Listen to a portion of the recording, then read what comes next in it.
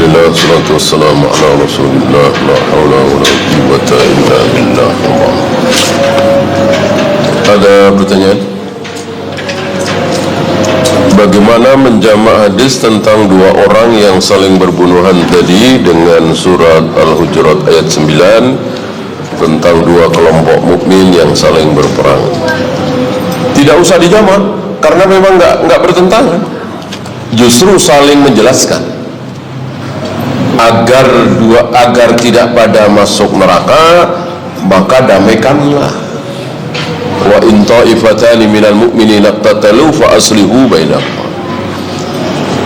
Jika ada dua kelompok muslim saling berbunuh-bunuhan, berperang, maka damaikan, jangan dibiarkan.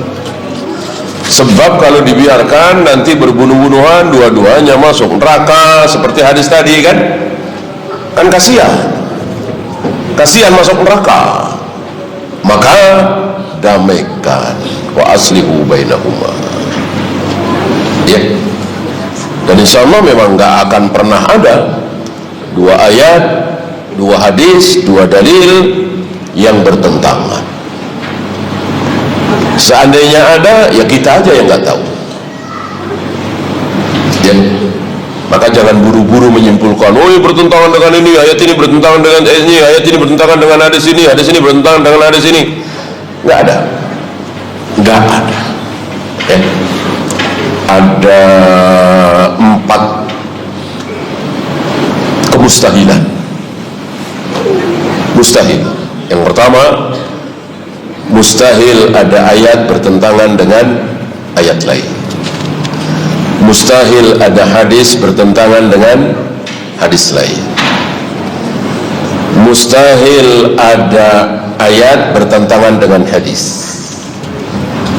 Yang terakhir, mustahil ada ayat atau hadis bertentangan dengan ilmu pengetahuan.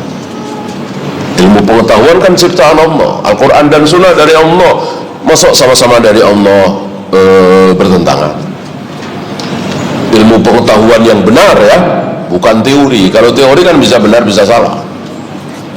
Teori dulu bumi itu begini-begini, dulu manusia itu dari kora, itu kan teori, bukan ilmu pengetahuan.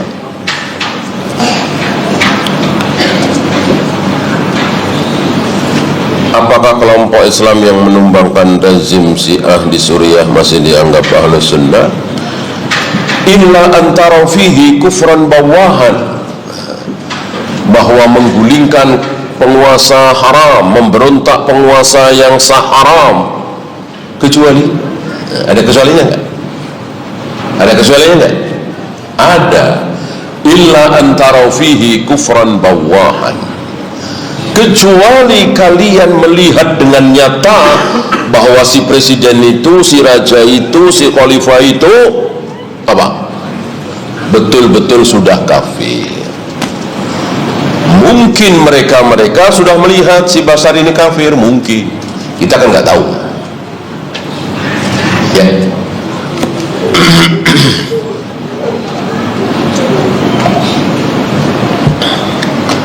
Maka seandainya penguasa kita sudah jelas kekufurannya, boleh kita gulingkan, boleh kita memberontak. Adapun belum jelas, jangan. Berzina, minum khamar, berjudi, jarang sholat, ini belum jelas kami. Kalau jelas dia mengatakan sholat nggak perlu, gitu. Babi halal, itu jelas, ya. Apa hukum orang kafir masuk masjid atau orang Islam masuk gereja? Orang Islam masuk gereja ada contohnya, siapa? Umar dan para sahabat. Pertama kali, hari pertama kaum muslimin menguasai Syam, kan belum ada besi, belum ada kaum muslimin di situ kan. Yang ada gereja banyak sekali. Kan Syam ibu kota Romawi, Nasoro. Tibalah waktu sholat. Umar bersama kaum muslimin masuk ke gereja untuk sholat berjamaah. Tiba-tiba Umar keluar lagi, nggak jadi di situ karena melihat patung Yesus ya. Maka para imam menyimpulkan jangan sholat di tempat yang menghadap patung, ada patungnya. Ya patung itu jelas disembah ya. Ya jelas mereka menyembah itu kan. Berarti boleh orang Islam masuk gereja dengan maksud tentunya ada tujuan mulia. Adapun iseng nonton yang lagi kebaktian Natalan, ya buat apa? Ngapain? Ya, tentu tidak seperti Umar tadi. Nah, bagaimana orang kafir masuk masjid? Ada contohnya? Ada. Siapa? Sumamah bin Asad. Yang memasukkan ke masjid siapa? Rasulullah SAW. Di masjid diapain Sumamah? Diapain? Diikatkan dia kafir ya. Maka boleh orang-orang, maksudnya diikat itu dihinakan karena memang dia kafir, tawanan ya. Maka boleh, ini istimbat para imam, boleh orang-orang kafir masuk masjid tapi diikat ya, direndahkan lah.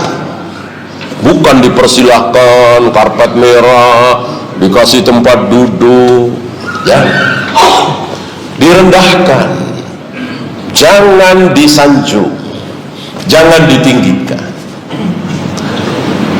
kecuali orang-orang yang kemungkinan besar dia tertarik dengan Islam, dan itu di negeri-negeri kafir.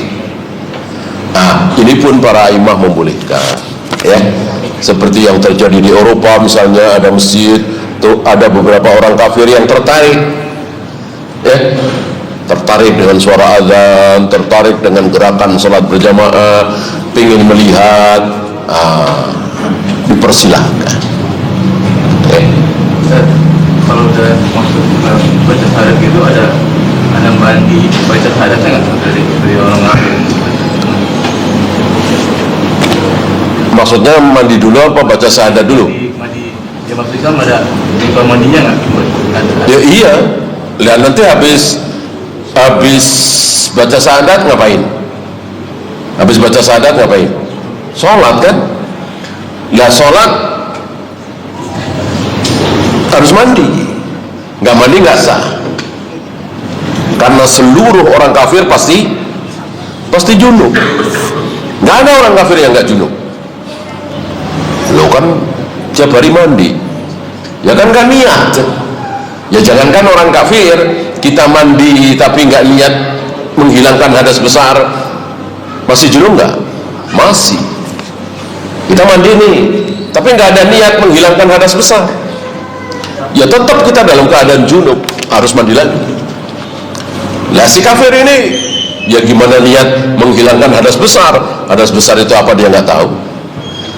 Janabah itu apa dia nggak tahu ya. Maka seluruh orang kafir dalam keadaan junub, maka ketika mau sholat ya wajib mandi. Jadi mandinya orang kafir setelah syahadat atau sebelum syahadat adalah buat sholat, bukan baca syahadat. Nggak sah kalau tanpa mandi, nggak sah. Karena yang harus bebas dari hadas besar hanya sholat. Saum aja enggak kan?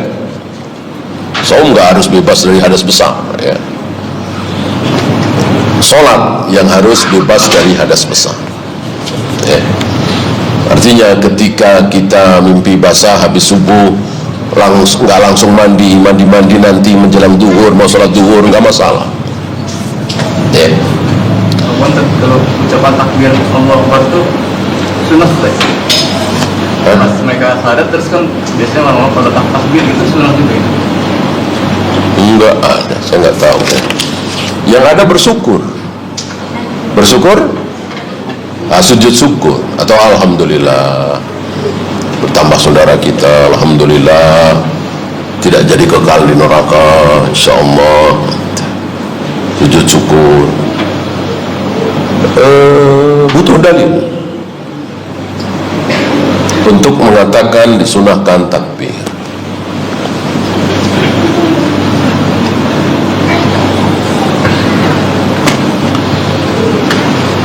Saya sebagai perantara seseorang pinjam uang, saat jatuh tempo yang berhutang belum bisa bayar, lalu dia pinjam di pinjaman riba untuk bayar hutang. Apakah saya berdosa? Tidak ya, tidak. Antum kan tidak ikut campur, tidak menolong dia supaya pinjam di lembaga riba ya. Kalau antum menasihati supaya jangan meminjam di bank ribawi, tentu itu lebih baik. Bagaimana jika tidak membawa pakaian ganti sementara pakaian terkena najis? Cukup dihilangkan, karena najis itu pasti hilang kalau sudah tidak ada bau, rasa, warna. Ta'muhu wa rihuhu wa launuhu. Nah, ketika kepercikan air kencing dan seterusnya, untuk menghilangkan tiga hal tadi mudah. Tidak harus ganti baju, tidak harus ganti pakaian ya, dipercikan dan seterusnya di kamar mandi mudah ya, tidak perlu ganti pakaian ya. Habis kita akhiri. Subhanakallahumma bihamdika asyhadu an la ilaha illa anta astaghfiruka wa atubu ilaik. Assalamualaikum warahmatullahi wabarakatuh.